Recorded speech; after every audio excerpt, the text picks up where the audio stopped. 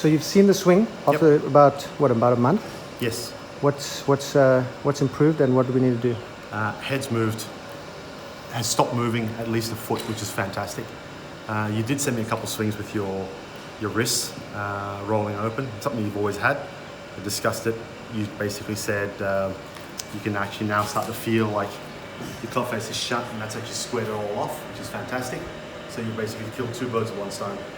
You still do have too much lateral movement this way, and it's causing you to sort of lift up or lift, straighten out, and you get that thin, shanky type ones every now and again. And you also do get, a couple of fat ones that if you unhinge or unload too early. So today we're going to really just make sure that your head still maintains, so you don't have your lateral sway with your square club face. And then today we're going to really try and focus more on holding yourself, especially posture-wise, over a golf ball. Okay. So you're not straightening and humping too early. All right. I'm going to give you a couple impact drills. Today is going to be a lot more about impact. We're going to start smallish, half. We're going to start building up through it, get you to hit it harder. But first things first, if I see this, keep going forward or too far ahead of it, back to basics again. Okay. But if we can, definitely try and get you to hold, understand impact, and give you a drill for your next month or 2 months. Okay. So you generally go from being, I don't know how to get you to where you were, but you'd be drifty with your head, not your lower half, drifty with your head, a little bit open, and from there you drift forward. So you drift forward, go this way, and then you early release. You get a lot of flip and stuff. Now you've actually started to let you maintain and stabilize. Now from here, we're just going to teach you to basically hold, really, and then basically just up and through. So I don't want to complicate it, because look, we also know you sort of suffer with technicality, right? Yeah. So as simple as possible. Okay. A lot of little pre-impact drills. I'll give you some tools. Basically, start the club, middle of the bag, small back, trapping the club, small back, trapping the club. So we're not going to let you go. Okay, that's you. Okay. Right, so trap the club on the bag.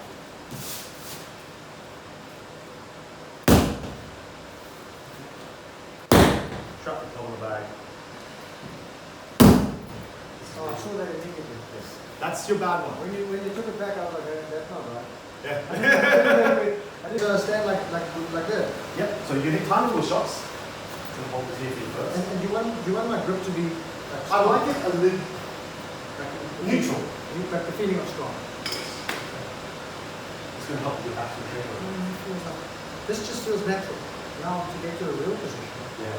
Feels good. And it feels so good. Definitely. It feels stronger. Grip is the hardest ones to work on. I generally don't like to do grips, but when you hit it relatively straight and you're doing a lot of this, if I can get you turned over a little bit, which is neutral, it's not weak. Basically, where you were before is just weak, right? And getting you back to neutral, which is going to feel strong. I hope everything goes left. Oh yeah, I love the feeling of it. If you can go, like, if we everything go on left, we can actually really hold this off even more. Okay. It's going to make you want to hold it. This is good. Correct. Okay. I've been avoiding the left side of the course for 2 years. And when I hit a big slice, I'm like, now the rights are like. So like that? Baby, tiny little, just going to go back. Okay. Yep. Yeah. Great. Okay. That's your jump.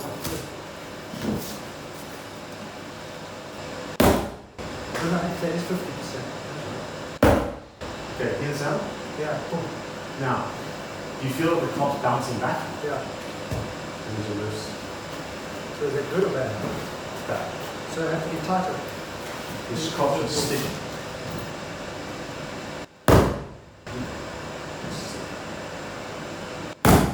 Okay. See the difference? Yeah. You feel that? Yeah. That's where you feel like a flush smudge shot, like a trap shot. Okay. Right. Yeah, that makes sense. I can feel it there. Yes. Yeah. And then you use that before the golf swing. Small and trap. Oh, wait, that's too long. There, that's it. Good. Is that the one? Yes.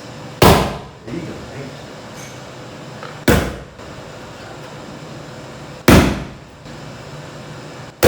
See the club's trap in there? Yeah, that's good. It's not a bouncing. Yeah, the first few were like, about. Yes. Yeah. Yeah. And that's because you've got nothing going in the right. Nothing's working linear. Uh-huh. It's not holding off. It's just like. So when I'm there, this is where you get the ricochet. That makes sense to you. Yeah, So- yeah, makes perfect sense. This is a great little sort of like a drill just to understand. Like if you just do this and understand impact, we're good. Okay. Because that gives you all the right feelings in your right wrist, your left wrist. I mean, you're going to feel different things from what I feel. So when I do it, obviously I feel it's a little bit more right wrist, but I also feel it's my left side. That Yeah, makes sense? yeah, I can feel it in my triangle. Yeah, absolutely. You know, I feel all, and even my forearms. It's just like bang, and it's just like one. Okay, got you. When you're back here and you're not linear, Yeah. that's where you feel like it's and that's where you feel like you've got a lot of this going on. It's a very weak position to be in. Huh? Oh, it's Just like us. puppies.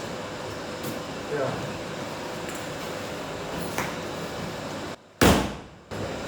Complete different track zone. It's Yeah. sticky. Yeah, yeah. For me, it's definitely there, but mainly. Good. So you keep that. Everyone, you can do 100 people, they all feel different things. So I don't need to teach you impact anymore. You understand about your lateral sways, or your heads anyway. Now we can just combine that square club face impact. That square club face impact, and we're just going to move on from there and just slowly build up.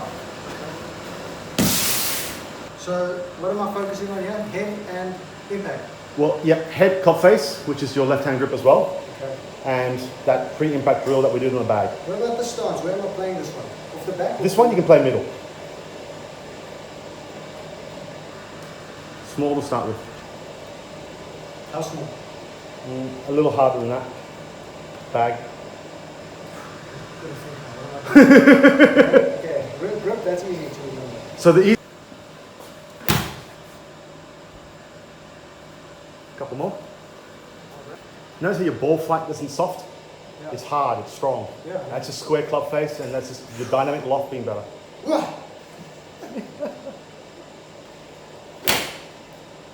Little flippy. Yes. Little flippy, that one. So what causes the flip? That would be like, what do you think? Sliding. So your head goes too far ahead of your upper half and your head go a little too far ahead of it. Okay, that's what I forgot about, the head. I'll get there.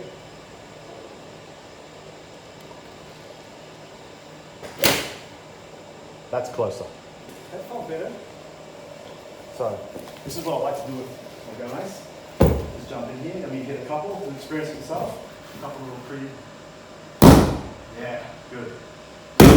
Super. One more.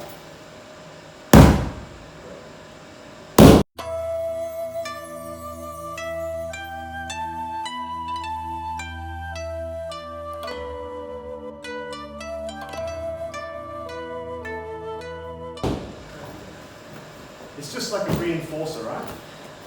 It just reinforces.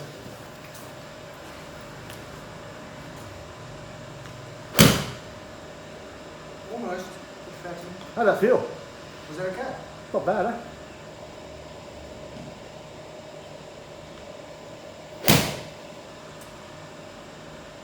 That you should have felt a lot of wrist Yeah.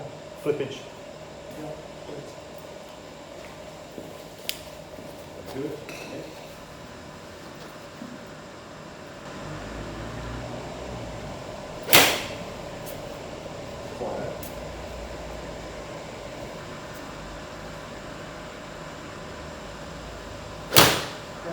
Yeah. You'll see that on the camera as well. That's a great one to see, those two. Yeah. You'll see that's purely linear, just one. That is tiring like hell. Yeah, you remember I told you before, it's like you hit 30 or 40 of these, you're going to start, yeah, exactly right. You hit 10. It's burning all the way up here and here. Perfect. That one felt really different. Like, it felt like there was a lot of lag there too. And a half shot, they went 170. Yeah. What? I don't know, that felt good to me. I'll explain to you why your ball flight changes and also why you hit it further.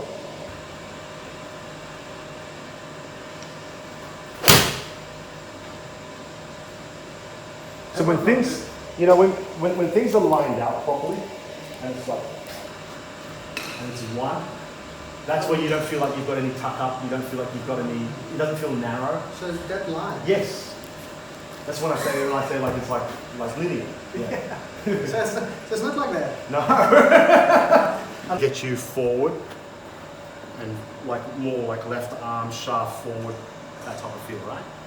Now, when you present the club and the hands are back, your body's up, you've got no compression, pressure going forward, and your club face is basically a lot more neutral.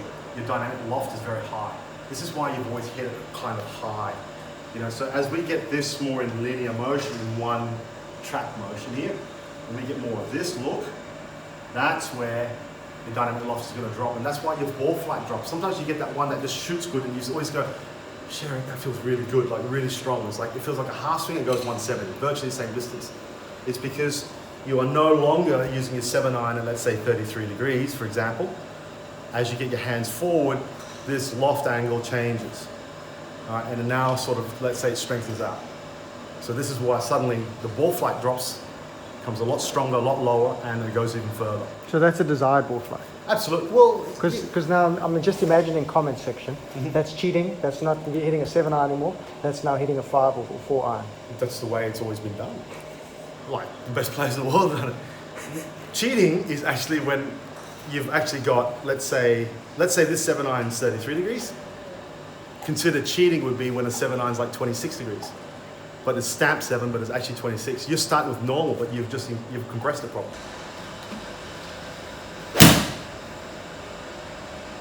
That's great, mate. Well done.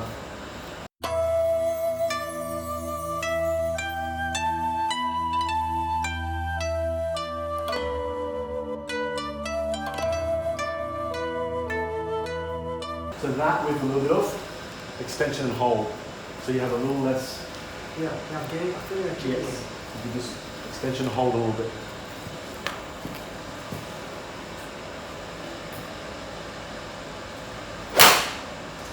Matt, do that again. That felt better. I finally felt like working chicken wing. Yep.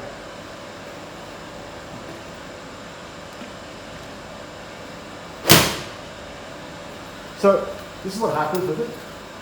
You will get your chicken wing when this gets too far ahead. And this gets a little too, like, let's say it's too low. This is too on line with it. He's got nowhere to go. Okay. So when this holds back, this is why the head was so important. When this holds back, this has a chance to extend and straighten up. Okay, I got you. I get it now. So the more this way I go, the more track I get. Okay, so if I'm getting that chicken wing, it means I'm doing my... Generally, it's not so much your lower half, Matt, it's more your head, your upper half that goes this way. And then you get that corporate go. Understanding impact, this is why you do so much chip, pitch and punch drill. Yeah. Because from there, you're like, you don't need to move. So it's like you go bang, bang, bang, and suddenly you've got full extension, even though you feel, all you know is it feels good. Yeah. All you see is ball flight, and you react to ball flight, and oh shit, that's all right. So there's like, but then when you go to fuller, obviously as you go fuller, it starts to move. Okay. So it's like, as far as I'm concerned, you're still very in transitional here, but getting a clear head of what's happening, why it's happening, and then sort of like backtracking to where it needs to go back to, so that you don't get lost in transit. That's called in transit.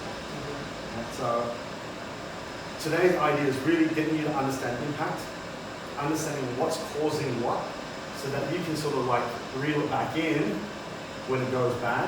You can sort of bring it back in and sort of like, okay, this is how I'm going to fix it. Okay. Is that clear for you? Yeah, it's clear. It's clear. It gets clearer as well when I know, like when I'm on the range on the course and I know something's happened, I go, why did that happen? But it's getting better now, because before I go to the range, I just get frustrated. Yeah. I hated the range because I just go. And you don't know why. And it's like, well, well, what's the point? Exactly, right? The better your head stays behind, it stays behind the golf ball, the better your extension angle will be this way. Right? So it's really a lot more to do with where your head is and your extension afterwards, versus getting ahead of the golf ball and then it's like, so your body, your hands, your club will extend as long as your head stays behind a little bit better.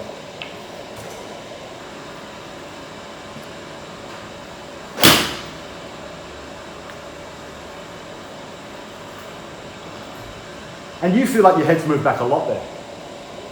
Yeah. So it's like, it's head and upper body, right? It's just going to feel like it's a little bit this way, a little bit behind.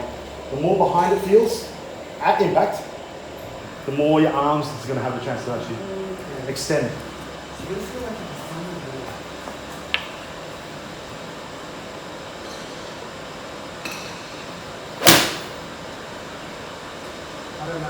I don't know. It feels good, but I don't know.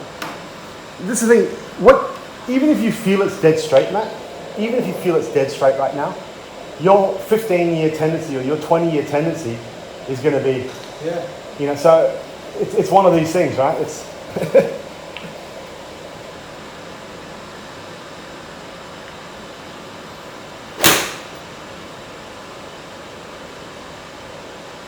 I mean, frankly, there's not that much I want to do apart from neatening up. Look, it doesn't have to be perfect. Yeah. We're not here to make things robotically perfect. We're here to make it more efficient. And the efficiency part comes from obviously less lateral movement and just getting the body to still react better, be in a better spot. That's just to improve your variations. And that's the whole idea for me for golfers. It's like, look, we're not here to revolutionize and transform the golf game. We're trying to make it as simple as possible. Hit key areas that just improves your variables. If you do that, there's no reason with your length, neaten things up a little bit with a better short game, that's scratch. I mean, okay, cool. No, that makes sense. So the goal here is to make it efficient so that I know how to have less variable effect in the club face. Absolutely. So that when I hit a shot, it's not going to be 50 or 60 yards. Correct. Spray and pray. It's going to be like 10 yards. And it's not going to be chunky and toppy, which is just as bad. Like long and short is just as bad, right? Yeah. But if you're going to miss it, you'd rather miss it semi-online than being... Look, and like it or not, you will miss it both ways. There is no such thing as missing it one way, right? As long as you've got face variables and path with face, you're going to miss it both ways. There's no such thing as one-way miss. That's why when you try and hit that fade, you feel comfortable, but you know in your locker there is that wicked left. Yes. Right? Very wicked. Yes. And then you're like, okay, it's gone left. How do I get it more right? Yeah. So what do? You find ways to make it go more and more right because you know that wicked left is like, you just can't play with that. So you just prefer to play with a fade. Or a power fade. Yeah, exactly. Whereas I'd rather you play with like a push draw. Okay. And then if you don't sort of, then it's just going to be like more of a push. Okay. And that's where I would rather have it. Why I wanted to do impact today is that you really understand what needs to be done. And then you can sort of like backtrack, shorten it up again, go back to your small little drills and just work your way in because look, your 20-year habit is not going to disappear. It's just about training properly, not clouding your mind too much. It's like, look, I've got 3-stage process. This is where I'm going to be. My 3-stage process is lateral sways, hand rotation, releasing back and forth, and getting my body and my hands in the right spot at impact. And then you can backtrack. And they're basically your 3 pillars, or you call them your 3 commandments in a way. And anything else that needs to be done in between can be done, but they'll be within those 3 parameters. Okay, that makes sense.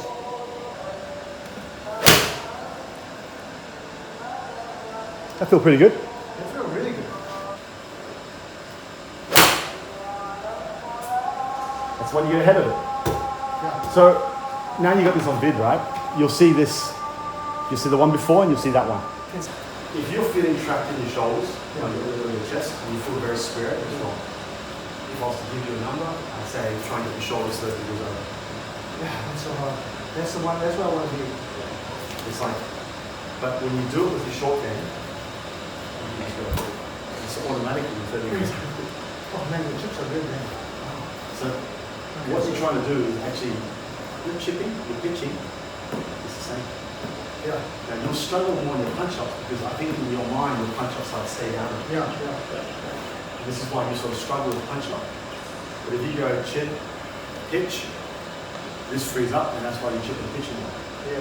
Now when you're hitting golf shots, it's the same thing. Maybe that punch shot word, it's just a word, right? Yeah. Because in your mind, punch shot means Track it under the wind, man. yeah, it's like, and that's maybe where you feel like you've been trapped. So if you're saying that, look, I feel trapped in my shoulder, which I can see as well, but it's predominantly because you're a little ahead of it, and it's like, I've got no room to go. Okay. And then it's like, now I want to try and trap it and make good contact with it, so you just double cram, or double jam. Okay.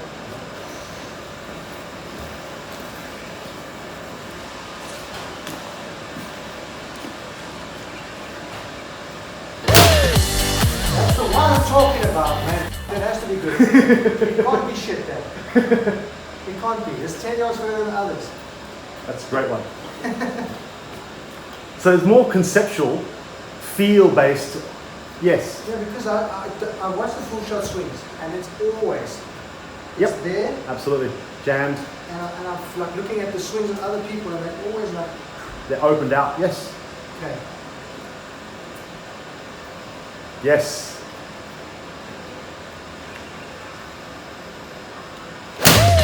Oh, what a watching.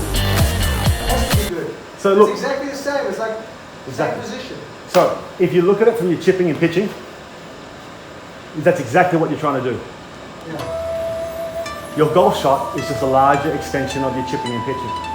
All right? Maybe that punch shot, what it seems like is your conceptual feeling of a punch shot is just trap jam, like just try,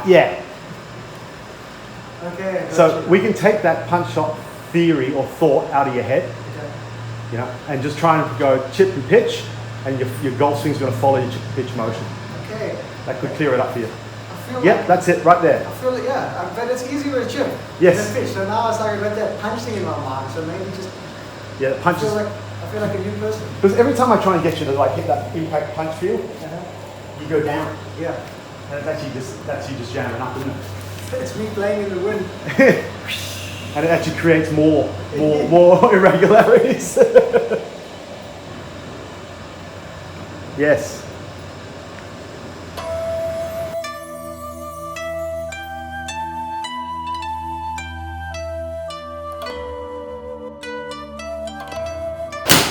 Oh, again, look at that. It's a yard from the other one. How much more freedom do you have? Dude, there's no pain. And I'm like, it So- doesn't feel automatic. And the same thing with your pitching and chipping, right? Yeah. I don't even think about distance control, anything with chipping and pitching now, because I just have to do the rotation. So when it rotates and it can come through, naturally what happens is your club's going to be held off. So you won't have that. Even to the face I do it. I'll do it with the camera.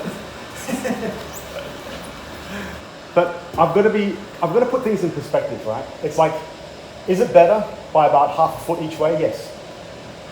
So it's like, has it improved? Absolutely. Do I still want to see more of it? Absolutely. Okay. It's like, but you do something wrong for a long time, and like, I know you're feeling like zero movement. Yeah. So we've got to put everything into, it's like, look, how much is it moving? Yeah, an inch here and there. I mean, is it the end of the world? Hell no. I'd rather see you move an inch either way than half a foot or 3/4 of a foot each way. So, Yeah. I mean, Okay, so then I'll work on that with my dad again.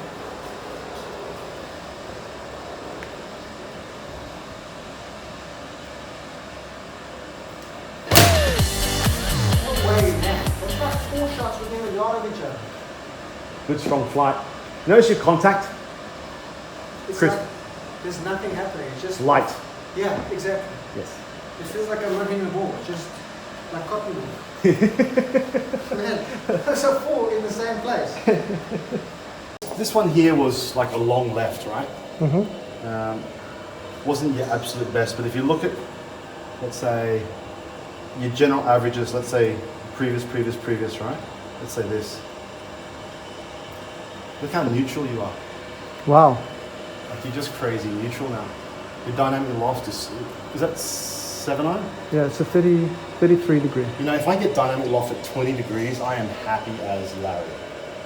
Like, I'm extremely happy. Like, you've just dropped your dynamic loft. You see your ball flight's dropped a lot as well. Yeah. So, you know, as I said, dynamic loft is where your face is at impact. So, by you getting yourself open out towards the target feeling, or just a little bit of clearance in your body, and not getting forward and jammed, you got a little bit of. This is actually helping you hold your right wrist automatically without even you thinking about it. Yeah, I'm only thinking of two things now. Yeah. That's amazing. Which is your same basic stuff that you're doing, but you're just letting this go like you're pitching, right? So you're thinking more about your head, your laterals, and just letting you, or just trying to feel like you're chipping and pitching again. It's exactly the same thing. Dynamic loss just dropped through the roof, which is great. I mean, your numbers are awesome. Like, so this previous one here, this is a little bit of your log left. That's not really your average, but if you have a look at it, pretty where you are, you're just, you know, this is where you're at. You just see.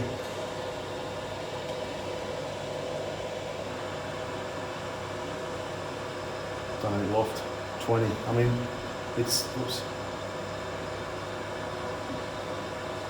You know, yeah, this is where you're averaging. 18 and 19. It's awesome. Your face angles. Face angles are so consistent. Wow. Anything from 6,000 to 6,500 would be considered very normal. There's a myth out there that's like, look, every number times 1,000 is where your spin should be. So let's say 7-iron should be 7,000. I look at it more as an angle of descent, a number. So when I look at it from, you know, if you're running at around 45 to 50, you know, that's really good. I mean, like your numbers there for a 7-iron, I mean, Jesus, oh, you wouldn't want to change that. It's very, very good. Look at your average spin rate, the angle of descent. I mean, you're right there. It's you're not high at all if that's what. At your speeds, you're definitely going to be high. You know, and that's why when you've got speed and you've got better dynamic loft, it's going to go miles, man. So 170 meter 7-irons on the golf course when you go at it is probably where you're at. I look at Trackman for help, just to clarify some things. I don't like to get overly technical on the Trackman because it really can screw up your head. It's like you hit a shot, it's like, shit, that feels pretty good. You know, and it's like, that's gold to me. Not so much as like, look, I want to get this exactly at 4, 5, and then you're struggling to get that, and you lose sight of where your lesson's actually going. This is just a confirmer.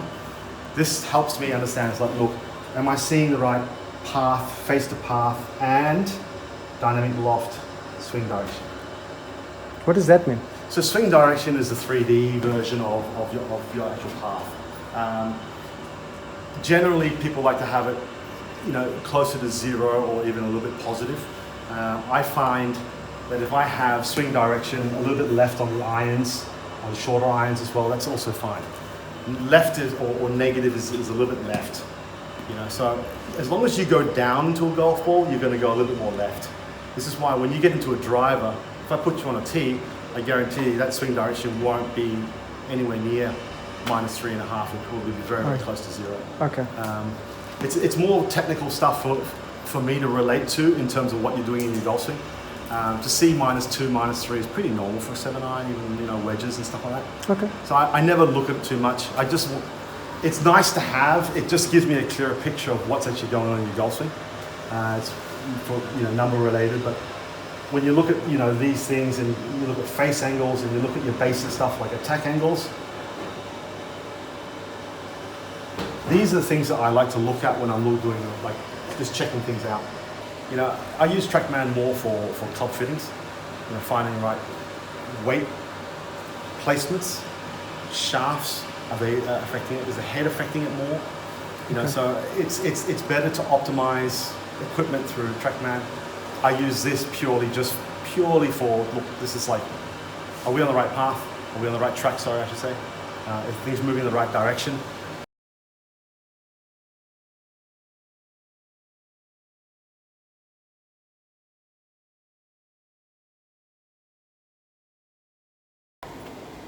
also going to help you in takeaway. That's what I felt, especially because it feels like that weak grip is just so easy to. Yeah. If there's one way you'd rather be, it's strong. I would rather use stronger in the grip than weaker in the grip. Okay. I thought I had a neutral grip. Yeah, you're Hogan one knuckle. If you move your head enough, you can see. Yeah. Maybe that's why. You can see 2.5. You know, you can always fix your swing just purely by getting your chain of thought right. Yeah. It's very, very obvious. The things that you're thinking of is going to limit your process.